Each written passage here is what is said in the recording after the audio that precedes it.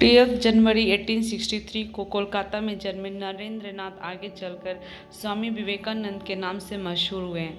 विवेकानंद की जब भी बात होती है तो अमेरिका के शिकागो की धर्म संसद में साल 1893 में दिए गए भाषण की चर्चा जरूर होती है।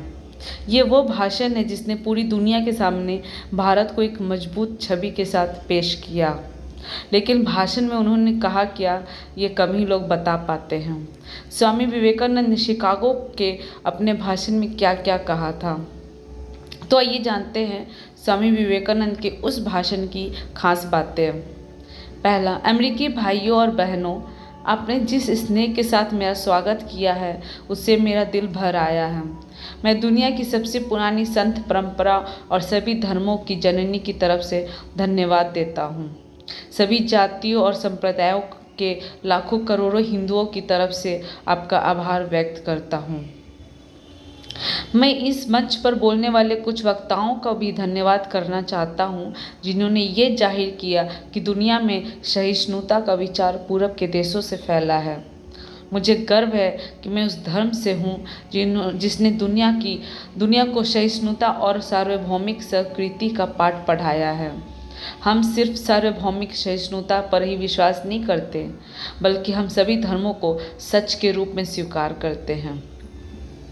मुझे गर्व है कि मैं उस देश से हूँ जिसने सभी धर्मों और सभी देशों के सताए गए लोगों को अपने यहाँ शरण दी।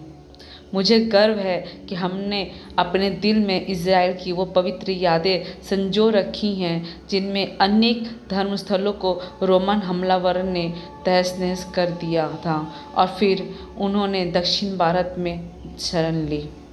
मुझे गर्व है कि मैं एक ऐसे धर्म से हूँ जिसने पारसी धर्म के लोगों को शरण दी और लगातार अभी भी उनकी मदद कर रहा है। मैं इस मौके पर वो श्लोक सुनाना चाहता हूँ जो मैंने बचपन से याद किया और जिसे रोज़ करोड़ों लोग दोहराते हैं। जिस तरह अलग अलग जगहों से निकली नदियाँ अलग अलग रास्तों से होकर आखिरकार समुद्र में मिल जाती है, ठीक उसी तरह मनुष्य अपनी इच्छा से अलग अलग रास्ते चुनता है।